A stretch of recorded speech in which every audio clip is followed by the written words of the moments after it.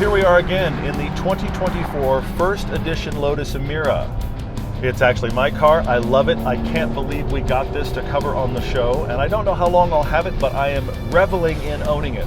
This car has been talked about as kind of a throwback to the era when we thought that car manufacturers would always just build lightweight, mid-engine, manual, rear-wheel drive, hydraulic steering cars. But if we're going to talk about $100,000 throwbacks, why not an actual throwback car that does all of these things?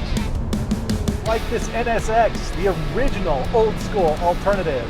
This was the car no one expected that reshaped the industry of mid-engine sports cars and supercars. This is V6, it's manual, and about the same price as a brand new Lotus Emira.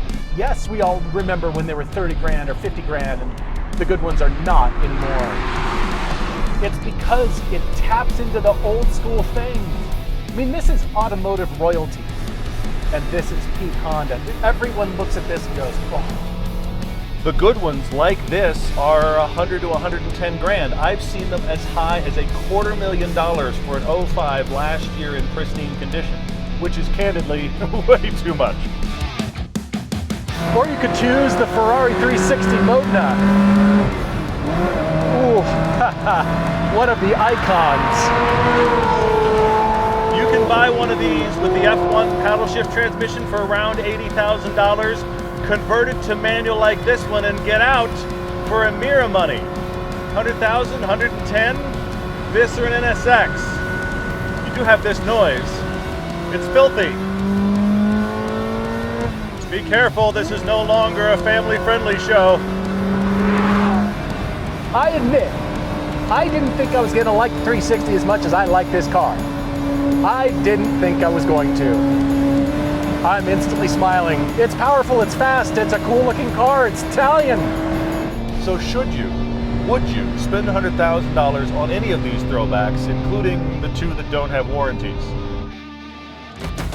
Great cars, great roads, and all the reasons we love to drive. Road trips, comparisons, test drives, and podcasts. This is Everyday Driver.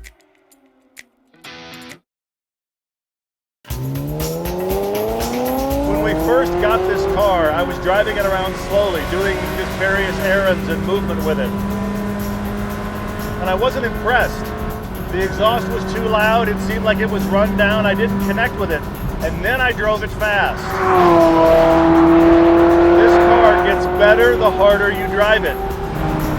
Now the steering here is quite delightful, a lot of feedback. This car feels like an overgrown Lotus Elise to me. There's so much road information coming through the steering wheel here. It's a bit wider, it's got a V8 in the back, it's the same color. Heck, this is Todd's Elise, right? With a prancing horse badge. This has hydraulic steering like the Emira does. It's very light, and while there's not a ton of feel, there is a ridiculous amount of response. The nose of this Ferrari ducks in faster and more abrupt than the other two. So much so that it feels like the front is definitely a step ahead of the back of the car. The whole car doesn't rotate as one. You can feel that the front moves, and then the weight shift happens and the back follows. I'm intrigued by how much performance and how much raw character is deep inside this car. This car has 4 times as much downforce as the 355 that it replaced. Double wishbone construction all the way around. Yeah, this car feels light on its feet, and there's all the steering information that you can want. Look, I prefer the hardtop on every car, but I was surprised how stiff this chassis is. This is a wonderfully attainable way into the classic gated manual Ferrari experience. But with the 360, Ferrari's got a lot more usable. The daily ability of a 360 was far beyond a 348 or 355. And the days of the dreaded engine out service that the 355 was known for, they start to fade away beginning at the 360. This is a usable Ferrari, if those words make sense together. It has an enormous frunk. Behind you is all engine. There's nothing else back there.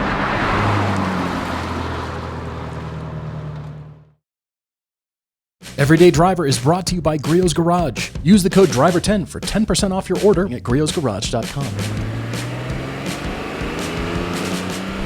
This car is a 2002, and the steering ratio is an 18.6 to 1. 18.6. And yet, how does it feel nimble and fast through corners? It's the lightweight. 3153 is what I've found. We'll call it the lightest car in this bunch. This NSX might be from 2002, but the car represents either no power steering in the very early models, or after that, electronic assist, which we bemoan a lot in the modern time because it doesn't have feel. And the reality is the NSX and the S2000, two beloved Hondas, both had electronic power steering. Now the problem is the electronic power steering, it doesn't really have much feel. You can feel the fact that the front end is having to do work. That awareness is here in the steering wheel, but the weight is actually at the hub. It doesn't feel like it's down by the tires at all. The steering is not this lightweight, overboosted thing that we're used to. It has heft. You're feeling the light front end of the car. It's no bad thing because it's a natural feel, and it's something that all of us want. We're all used to a quicker steering ratio. We're all used to a variable steering ratio. The thing that contributes most to the lightness is this IP, how it drops away from you. This happens to have a couple of changes off of stock. First is the Type S suspension. That's stiffer sway bars and stiffer springs. And you don't need that, actually. If you were going to track this a lot, or all the roads near you were really smooth, you'd probably really like this suspension. It feels great. It just doesn't deal with bumps as well as I know this car can. If you were going to use it as a daily, and I would want to use it as a daily, this isn't a necessary suspension. The rotation here is subconscious. There's nothing that you feel the car is lurching or throwing weight around. It just rotates. But what I love most about the NSX is no sport button. No buttons to magically transform the car. If you want to extract more out of the car, you have to do it. The car won't do it for you. There isn't a button to make me go faster or do better. And the other trick was the fact that this car was almost affordable. Less than $100,000 when it first came out, which compared to the Ferraris of its day, it was $30,000 or $40,000 cheaper. Ferrari had to worry about things like usability, daily use, storage, reliability. Things that were never an issue for Ferrari mattered because this car had all of that. This NSX was such an everyman's supercar that I think it set the precedent to undermine Honda's ability to release the next NSX, which was almost nothing like this. I think people wanted the second-gen NSX to be an evolution of this idea, and it wasn't. It was a revolution into a car much more modern with a lot more tech. This one has 82,000 miles on it, and it feels tight and solid. And the owner, Brad, tells us that the whole reason it feels that way is because it's been maintained. That's right. It's a Honda, but maintain it, and it just feels like the day it came out of the factory. I'm not trying to justify the $100,000 that these cars cost these days. I'm not trying to contribute to that, but I can see why these cars will never die. They're also Hondas. They're going to last forever, right? This is the Honda Accord of the 2000s. Went into a phone booth and came out Superman. It's all of the goodness of the Accord, all of the goodness of 90s and early 2000s Honda, but a sports car.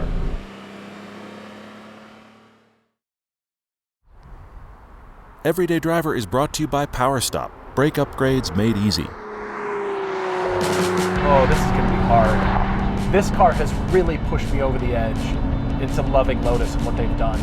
It's a car that you can connect corners very easily with. And I can't believe that the other two cars, they're throwbacks, but this one has some character that those do too. There aren't any modes. I mean, there are. There's sport and track, but all it's changing is throttle response and traction control. This is the way the car drives, and this is the touring suspension. And after the NSX, this is the right suspension. Here on this back road, it's just smoothed out everything, but it didn't get any kind of wallowy, loose feel. There's so much traction here, so much confidence available, that how fast would I like to go is the only real limitation. Because there's so many cars on the market today that have a sport mode that change everything. The C8 Corvette is a great example of that. Suspension, steering feel, throttle response. This car is pure in that sense. Yes, again, sport mode, but it's a little bit of throttle response. The character of the car doesn't change dramatically. I think this might win on steering. Significantly lighter than the steering in the NSX. And I'm more aware of what the car's doing through the steering wheel than I am in the NSX. Ferrari is different because the Ferrari has a much sharper turn-in initially than this car does. But this has brought back the good parts of hydraulic steering. It has reintroduced the stuff we've lost with electronic steering racks. This has brought it back. The steering feel, hydraulic assist. It's an electric motor pumping hydraulic fluid. This one is so responsive. There's so much information here. It's like that old friend you haven't seen for years, and you hang out with him and you just think, this is easy, this makes sense, communication is all we do. Haha. That is nice and communicative. I like the weight of the steering wheel. Little nuances of steering adjustment matter here. The direction change in this car is so immediate, and the speed is so easy. That's actually a genuinely bigger number than I thought coming through here. Vredestein has given us Ultrac Pro tires for this car. They're an ultra high performance tire with still a 300 tread wear rating. They're very comfortable, they're very quiet, but they grip just as hard as pretty much any other performance tire I've had on this road. And it doesn't mute the feel of the car. Add power, it just rotates. It's great. This is strange, but a well-executed corner in this feels like swimming. That feels like that cut-through fluid that happens when you swim. I know that's a weird thing to think about, but it just struck me right now that it has this weightless fluidity to it that reminds me of swimming. Take that as you will. Oh, that's nice. Great pedal spacing on the downshift. Oh, that's great. Don't lift, don't lift, don't lift. Hallmark of Lotus. Hallmark of mid-engine cars. What a superb car. But it almost seems like Lotus here has really demanded more of their drivers. Lotus has made Lotus magic with this Emira because it is the heaviest car here, just over 3,200 pounds, which is more than 1,000 pounds heavier than the Elise that I own, and right around the same weight as the Evora they were making prior. And yet this feels like the lightest car. 400 horsepower, 310 pound-feet of torque from this 3.5 liter V6 supercharged Toyota engine, essentially. But that means it's going to run. And 400 horsepower is right. That's good.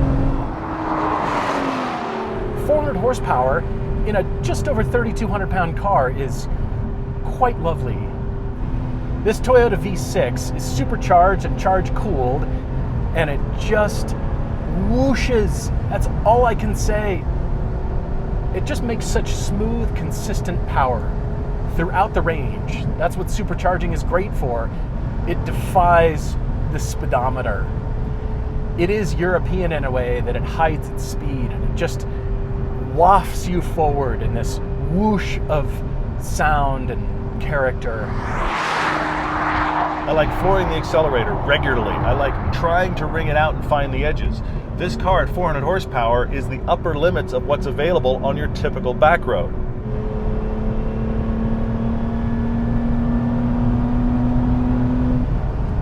Manual transmissions need to never go away. But they also don't need to be on every car, because I feel like manuals do define the character of the car. And on all three of these, I don't think you could have the car without a manual. My only issue with this gearbox in the Emira is the fact that the shifter action and the clutch pedal feel slightly out of sync. Compared to the NSX, where every shift is perfect without you trying, this one takes a little bit more thought. Now, I've gotten used to it. I actually like heel towing this car quite a bit. Everything is very light and easy to work with. Now, luckily, you can just guide the stick shift. You don't have to force it to be in any specific gear. It will go the place that makes sense to go next. You just have to take it slow. And if you have a passenger who is as much a car geek as you, they can watch the shift happen. Please don't watch it if you're driving. Ooh, that's good. Listen to that. And the heel and towing placement is excellent. So good to get out and drive this car. This doesn't have the raw theater of the Ferrari. And it doesn't have the absolute pinnacle feel that that NSX does. It feels like a refinement of that NSX. 3.2 liter Honda V6, naturally aspirated, making 290 horsepower, 224 pound-feet of torque. This car's way down on power from the other two. What's interesting is the 0 to 60 here is still in the high 4s, so it's right around the area, a few tenths off of the other two cars. So it's not like this is getting left behind, but it doesn't have the shove of the other two cars.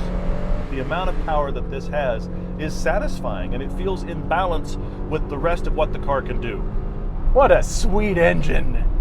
Do you realize that this has an 8,000 RPM redline? 8,000.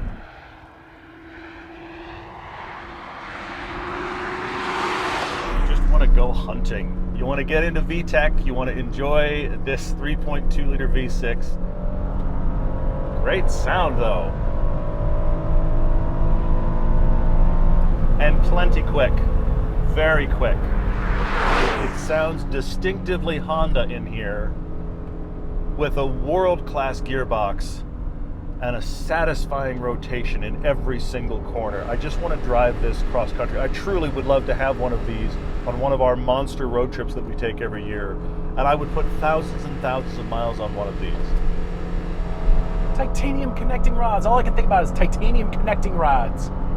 And it makes me want to get deeper. 2,000 RPMs to go. Okay. And now we come to the transmission. Manuals make everything better, right? Well, no, I don't agree. I don't think so. But here, the manual transmission is the definitive thing about the NSX. It's so quick, it's so satisfying, you feel everything about the car. You feel connected to that era when you drive this manual transmission. And that era includes Senna. I mean, I can't not mention him. I can't not feel the connection there. You've probably seen the video of Ayrton Senna helping them fine-tune this car and driving it around a racetrack in his loafers. That should have been the tagline. The Acura NSX, it's fast in loafers. It doesn't matter. It's willing for you to be any kind of driver and to just enjoy it. That shifter is so nice to use. This is the gearbox that I wish everyone could try, because I know there are many of you out there who don't care about manual transmissions. You don't want to learn to drive one. You never have. You've never gotten it. I don't understand why people like a manual. If you learn how to drive manual transmission and then you hop in this car, you're going to go, oh, that's what it can be. Yes, I want one of those.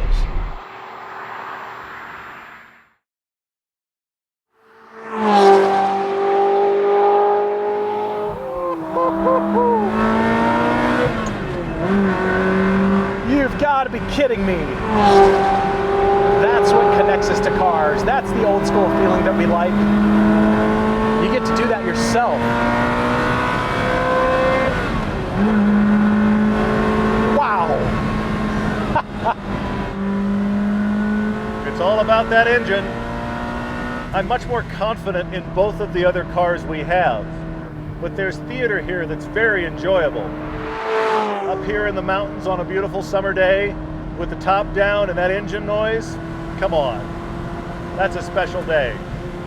The engine is much of what makes this car special. It is a 3.6 liter V8 with a flat plane crank, making 395 horsepower, 275 pound-feet of torque, and it revs to 8,500. 8,500, and it just revs so easily. This car just wants to go. Holy cow. The high RPM surge of this engine beats the Emira on sheer power, and absolutely destroys both cars in terms of drama. You just want to work with this engine. You want to rev it out. You want to play with all the gears. You want to hear all the different octaves of this engine's voice. You just want to conduct it, and that's what the stick shift does for you. And above 6,000 RPM, it is very special. Now Ferrari, at the 360 introduction, had introduced this F1 style transmission with flappy paddles, and nobody really liked it. It kind of took away the goodness of this car. It was an electro-hydraulically actuated manual. It's still just a manual transmission with this kind of clunky thing screwed to the top of it. You had this little T-handle down here. Most of the cars were sold with the F1 transmission. And this one has a manual transmission swap. Thanks to Brad and Braden at Rev9 Group in Salt Lake City, they have installed a Modena Lucerna manual swap in this car. This manual gearbox works well, but it is the least of these three. It is the one that is the most thoughtful, and it's not a fast gearbox. It's about the engagement. It's a thought-provoking gearbox, and it's fun. However, it's going to depend a lot on how much you want to spend, and also what's the donor car you started with. This car had about $28,000 worth of work because the clutch was replaced, throw-out bearing, of course, the motor mounts, the transmission mounts. They did some work on this car, so add about 28, almost 30 grand on top of an $80,000, $90,000 car, and suddenly you've got a car that is every bit as Ferrari feeling and equivalent to a 360 that came from the factory. The clutch, which of course is brand new, has zero feel, so over time it may change, but right now the clutch operates like an on-off switch. So all of your interaction is in how you moved through the gating of the gated manual. Now the clutch pedal, you push hard. It is not the same feeling as like a GTI, something very easy. You know you're driving something substantial here, something special. But when you get to do a downshift, that's what we're all looking for. That's what we're looking for. This has an aftermarket exhaust on it that frankly, when you're going slow, is way, way too much. But when you get out here, top down, hammering on it, it's just a glorious sound. I really ought to be in a higher gear so you can hear me, shouldn't I? Yeah, I think that's a problem. Hopefully you've gotten something that I've said and I'm not just sitting here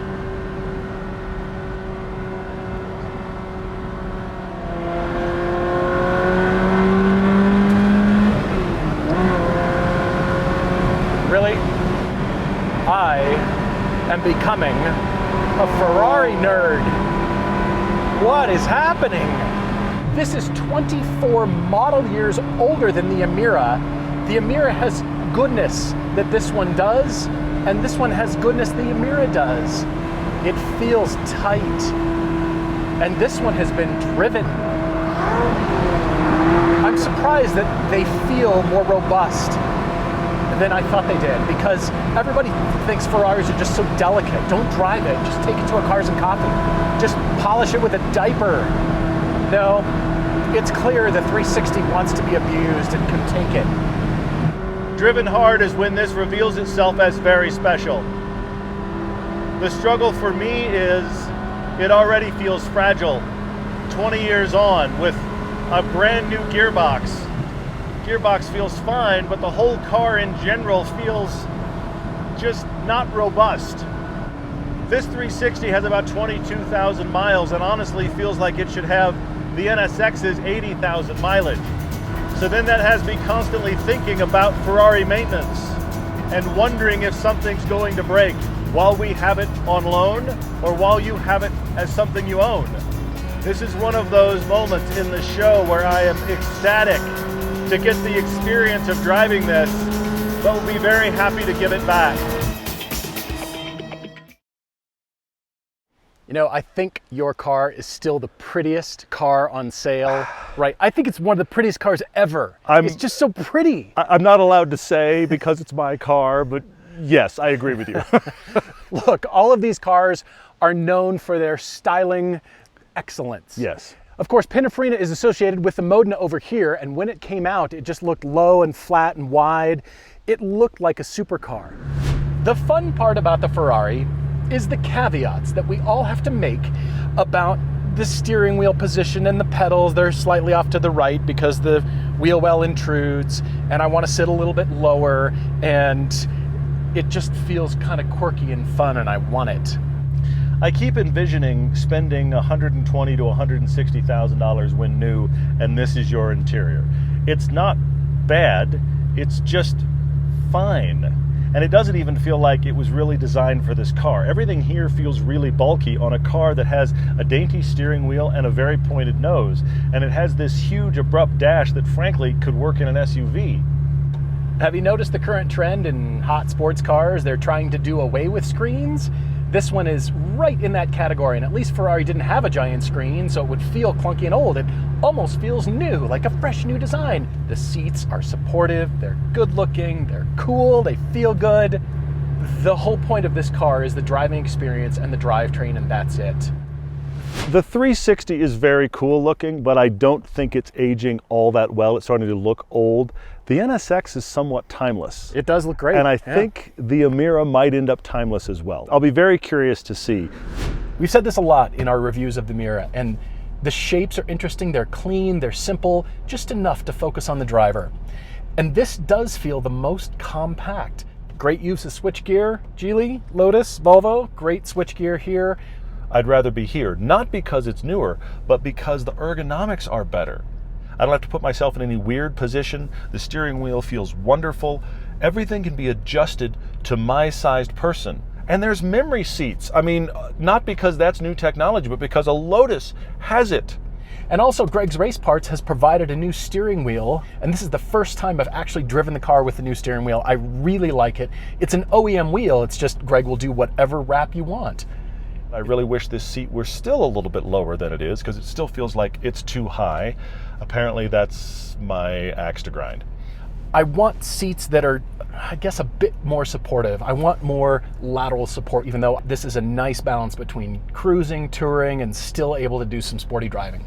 I've grown to like the nostrils. They were my least favorite part when we started. It is a unique thing. You've almost grown to like car. everything about this car. I've grown to like everything about this car more than the good. day it showed up. And I liked it the day it showed up, so what does that tell you? The NSX is that car from the 90s, 2000s that I so wish was in my garage. I love it so much. Good. I'm a big fan of that. The interior in the NSX is smaller than I wanted to be and smaller than I remembered. When I first drove this car, the owner was 6'5" and he'd done some tall man mods to this, and I am missing those right now because I cannot sit with my head upright. Everything in here is just about as well as you can do it, except for space. That is a downside. The seats themselves are fine. I'm just too big for the car. That is the big drawback of the NSX, but that's part of its charm too, right? You want to cram yourself into this car because to enjoy this low IP is such a thing of beauty. And little subtle things were done here, like these window switches. I love them because they aren't actually in line with the door card. They're canted because when your wrist reaches around here, that's the angle at which your fingers will hit them. This is a world before haptics, so everything you touch is just, it's satisfying in the way it clicks. And I've always loved on the seats, they're good, they're supportive, but I've always loved this leather part that covers the transition from seat bottom to seat back. I've always been intrigued with that. It's just a piece of fabric or leather just right over that seam. That car inside and out is a victory. It is. I mean, look how low this nose is. It was the S2000. Like, how do they make it that It's astonishing. low? Yes, I agree with you. It was fantastic. There's another styling element on the Ferrari that I noted when the 360 was introduced, and it's this flat triangular area just above the wheel arch. It's very distinctive. It's a vertical surface. Oh, and yeah. it actually really makes this. You could see the sketch off the front wheel. You could see the directional feeling the designers wanted here. And I haven't ever really seen that replicated anywhere else. That really defined the 360s for me. So you're still really liking that styling? I still do like this styling. It's not perfection. I think your Emira is way up there, and the NSX, of course, is just, how can you not like it? It's just, I mean, excellent. $100,000, that is a lot of money. These three are a lot of car, and they're so similar. The concepts are so similar here. What would you do? Would you do any of these? Would you do none of these? That remains the question. if you can't discover classic automotive enthusiast driving in the 360, I don't know what to tell you, because this has it at a very high level. There's other cars that I like a lot, but I think I'm becoming a Ferrari snob. For 120 grand, 110, somewhere in there, you'd think you would be wanting more things to just be perfect. But at that price, I'm willing to pay that kind of money for what this feeling is. I couldn't spend $100,000 this way. I couldn't do this. I appreciate the ingenuity of taking the cheaper car with the gearbox you don't want because the F1 gearboxes haven't aged well, putting in the 6-speed manual gated shifter you do want, and coming away with a cheaper Ferrari. I get it, I understand.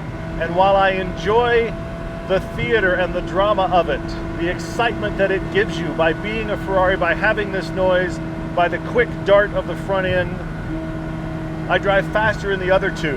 I'm more confident in the other two. And I think they're going to run better.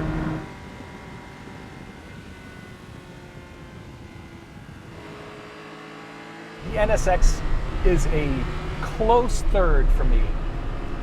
It's a stutter step behind the Emira and a tiny onion slice behind the Ferrari. With the NSX, I feel like I would be at this level all the time, everywhere I went.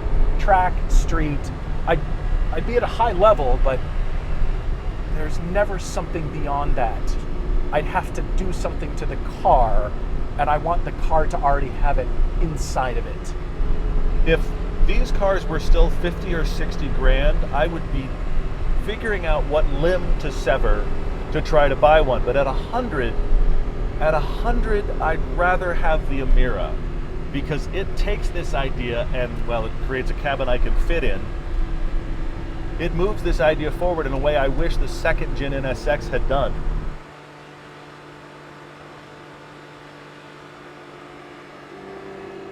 The Emira is right in between the other two. It's the best balance between a raw feel, a driving enthusiast car, something trackable, but also something that's comfortable, a touring car, a GT car. I would take any of these cars, but I think at this point I'm becoming a bit of a Ferrari nerd. This does what the NSX does, but it brings it forward. It makes it more comfortable. It's not perfect. I wish for the NSX gearbox. I actually wish for the NSX buttons. This is my favorite because it does everything I want these cars to do, but it's also newer. It's happening right now, and I fit the best, and that really does matter.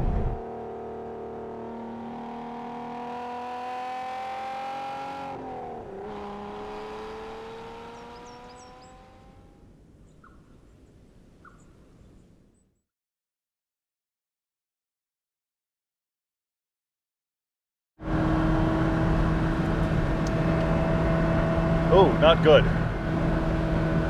I just had some serious oil smoke come out of this car. Okay. Might shorten this review a bit. I don't think I'm on fire.